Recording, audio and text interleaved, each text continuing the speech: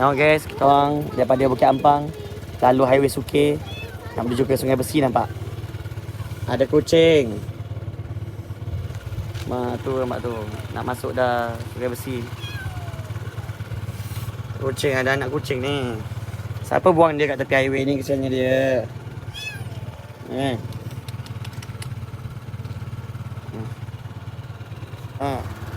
Siapa buang dia?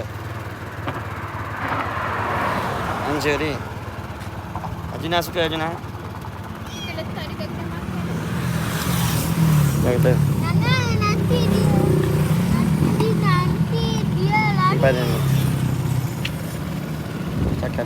Tapi beg ni ada katuk, boleh katuk ni. Apa? Kita kunci dulu.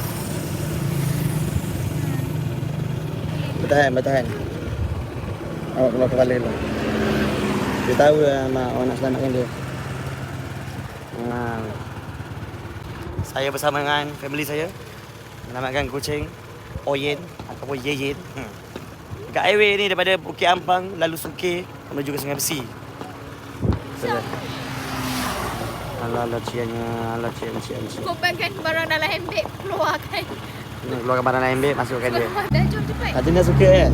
Nanti lama-lama Ni kalau- dalam beg nanti dia tak selesa. Dia nampak kucing ni cakap cici. Ini cici. Kami pula sampai rumah ni. Kita nak bagi dia makan. Lepas tu esok ke baru kita lepaskan dia. Ataupun kejap lagi lah kita lepaskan dia. Kalau ada yang baik hati nak jaga pun boleh. Kontak cepat. Itu dia. Tak tahulah siapa. Orang tak boleh bela kucing. Bagi tuan tak boleh bela kucing. Tak tahulah siapa yang pergi buang dia dekat highway Sukir tu. Memang tak berhati perut. Dah tak ada makanan kat situ. Kita orang tengah lalu tu, aku tengah bawa motor tu, tiba-tiba nampak ada kucing lintas. Lepas tu dia cepat-cepat. Tak jadi lintas pula, dia lari cepat.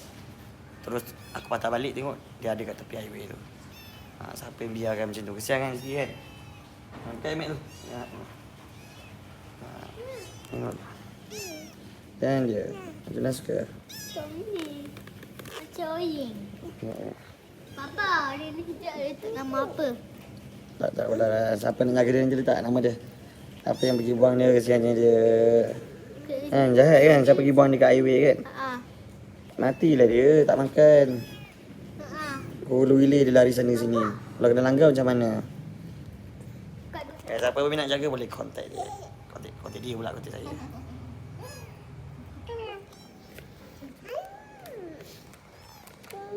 Papa, betul dia tak nama ni Oyen. Entahlah. Oyen.